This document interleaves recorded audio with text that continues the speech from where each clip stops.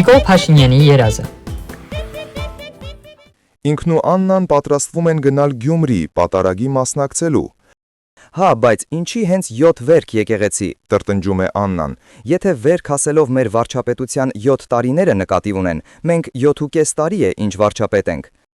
Ապա շարունակում է. Էդ ճիշտ է, որ որոշել ես հոգևորականներին էլ վեթինգ անել։ Չէ, վեթինգ չեմ անելու, Bentley-ing եմ անելու։ Առանց հայացքը սմարթֆոնից կտրելու պատասխանում է ինքը։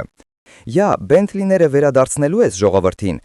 Աշխուժանում է Աննան։ Ես էլ կակրաս շուտվանից սպիտակ Bentley էի ուզում։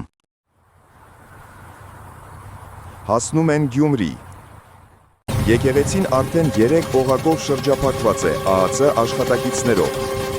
Ալեն Սիմոնյանը անձամբ է շրջում մարդկանց մեջ, որպեսի պարզի, թե ում երեսին արժե թքել անվտանգության նկատառումներից ելնելով, Տիգրան Ավինյանը հատ-հատ ստուգում է տարածք մտնող ավտոմեքենաների անիվները, որպեսի հանկարծ որևէ համբալ իրա գեղի օպելով չհարամի պատարագը։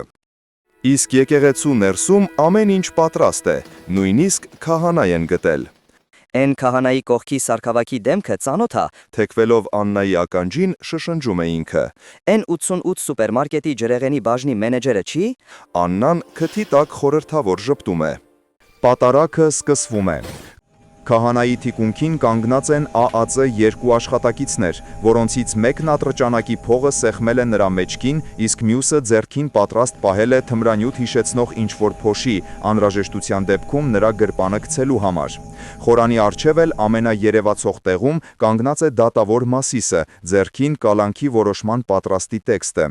Եվ ահա պատարագի ամենալարված հատվածն է.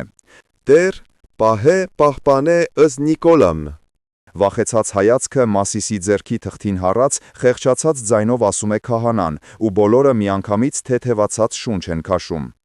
Աննան արմունքով թեթևակի խփում է իր կողին։ Նիկոլ, պրծի դուրս գանք էլի, էն աղավնի վարժեցնողը վռազացնում է, կամերաները պատրաստ սպասում են։ Եկեղեցուց դուրս են գալիս, բայց վարժեցված աղավնին, ըստ երևույթին ծափահարություններից շփոթված, իր ուսին իջնելու փոխարեն ծրտում է պիջակի վրա։ Հարստանալու ես։ Հրճվանքից տեղում ցատկոտում է Աննան, իսկ ինքը նայում է տեսախցիկներին ու ասում. Ես հենց նոր հասկացա, որ մինչև վարչապետ դառնալս չեմ հարստացել աղավնիների ինձ վրա ծրտելու հմտությունների բացակայության պատճառով։ Բայց Աննայի ոգևորությունը չի մարում, մատով կանչում է Խաչատուր Սուքիասյանին ու ցույց տալիս Նիկոլի պիջակը։ Հարստանալու է, ես նույնիսկ գիտեմ, թե կոնկրետ երբ եւ ինչ գումարի չափով։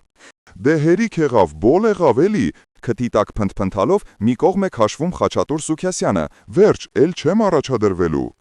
Արթնանում է հակասական զգացողություններով։